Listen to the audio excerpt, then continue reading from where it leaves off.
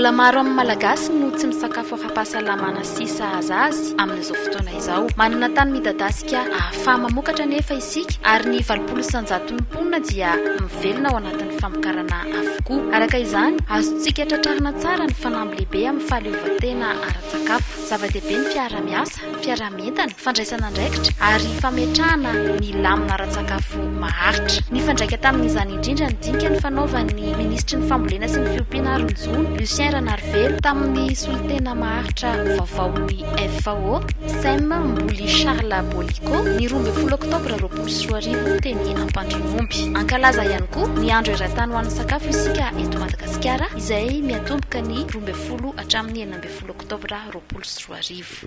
Ankalaza tokoa zany tsika amin'ny 12 ny volana Oktobra ty ny andro iraisam-pirenena ho an'ny sakafo. Fantaritsika fa io andro io no ankalazana ny nananganana sy ny tsanganany ny FAO zany tamin'ny fotoan'androny. Amin'ity taona ity dia misy lohahevitra manokana zany no horesahantsika dia le hoe mamokatra sakafo mitahiry ary miara-mientana isika zany ho an'ny ho avy mba hisiny zany fanjarian-tsakafo maharitra zany.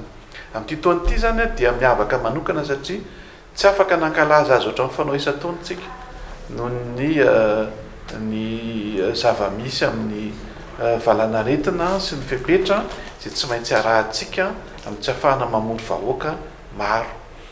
Dia amin'ity zany ny ezaka ataontsika dia amin'ny lafiny serasera ampiasa ny endrika serasera maro lavitsika mba ahafahantsika mampita an'izay lohahevitra zay na mitambajotra serasera io na ny aino aman-jery io sy ny fomba rehetra zay ahafahantsika mampita le lohahevitra zany tena anatanterantsika azy.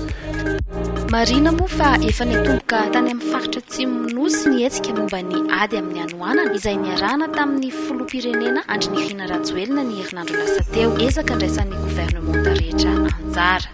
Fantaritsika fa amin'izao fotoana izao zany dia mandalo fotoan-tsarotra ny faritra Atsimo Madagasikara iny amin'ny resaka kere noho ny tsy fampinyorana, tsy fisianyorana mihitsy arany nandritra ny fotoana lavabe. Nanapa-kevitra zany ny fitondram-panjakana ary efa tany an-toerana raha teo ny filohan'ny repoblika nijery fotony zava-misy dia nanapa-kevitra ny fitondram-panjakana fa tsy maintsy anao asa atombotrezaka maika ary ny mpikambana amin'ny gouvernemanta rehetra dia nomena ndraikitra isahana an'izany andrindra an'izany any an-toerana any Atsimo fa tsy aty Antananarivo akory ary isy fandaminana zany apetraka ny gouvernemanta makasika an'izay.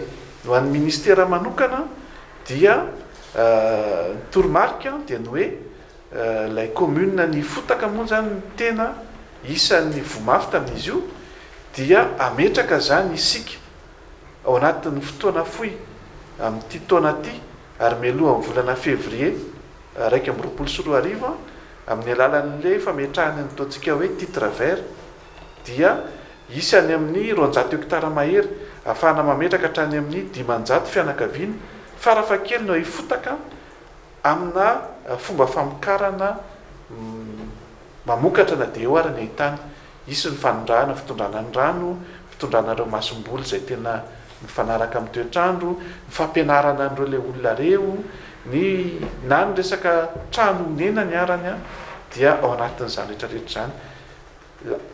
Santionana indray zay fa fiara-mientan'ny gouvernement na ny resaka ara-tsakafo, ny ara-pahasalamana, ny ara-tontolo iainana be dia be zany satria tombokontsika dian'izao zany ny ady toy ny nanaovantsika ny ady tamin'ny coronavirus tamin'ity taona ity no tsy maintsy adivantsika ao anatin'ny fotoana fohy aingana ary tena misy fifandrombonany rehetra mba tena ho afaka tanteraka izany kere izany.